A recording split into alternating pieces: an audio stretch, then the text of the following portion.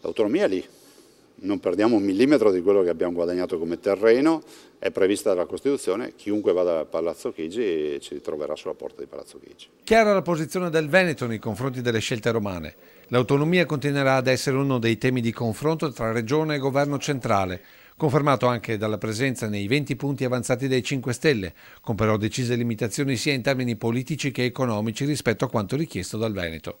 Movimento che si è confrontato nuovamente con il voto sulla piattaforma Rousseau, che per il governatore non serve se si parla di autonomia. No, ce n'è già una piattaforma consultata, si chiama piattaforma Veneto, 2.328.000 veneti hanno detto sì. E che l'autonomia sia un tema importante anche per il nuovo esecutivo lo ha sottolineato ieri sera a Ring anche il segretario veneto del Partito Democratico, con una proposta forte. Mi augurerei, è un lancio forte, so che probabilmente non otterrò questo, mi augurerei che un veneto si occupasse del tema dell'autonomia. Sì, immaginavo. Guarda, me lo intesterei come un... PD o 5 Stelle? Sottoscrivo. Va bene chiunque, è chiaro che dal mio angolo visuale dico uno del Partito Democratico. Che sia un Veneto il ministro degli affari regionali per le autonomie, così come era Erika Stefani, sì, anche questo nuovo governo. Questo è il suo appello. Che ci sia un sottosegretario che si occupa di sto tema. E sempre a Ring, già ieri c'è stato tra i 5 Stelle chi si è dichiarato a favore del governo giallorosso.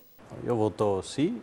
Vota sì per l'accordo col PD. Sì, perché io ero partito con le migliori aspettative da 14 mesi fa, cioè immaginavo un governo che durava 5 anni in cui si sarebbe lavorato bene, come si è lavorato bene a detta del senatore Vallardi per i primi 14 mesi. Cioè, non siamo stati noi a cambiare idea in proposito. Un governo che secondo l'oltre 90% delle 23.000 telefonate giunte in appena 4 ore al nostro sondaggio di ieri non dovrebbe nascere. E se la coalizione PD 5 Stelle non dovesse reggere, per il governatore del Veneto si potrebbe anche riaprire il dialogo con i grillini. Mi ricordo una frase di Salvini, se i no si trasformano in sì.